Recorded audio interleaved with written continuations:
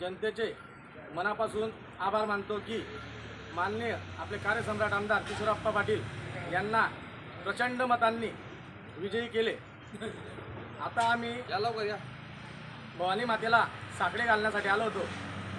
आज रोजी आता उद्या शपथविधी होणार आहे, त्यासाठी माननीय मुख्यमंत्री एकनाथरावजी शिंदे साहेब यांना मुख्यमंत्री बनावे व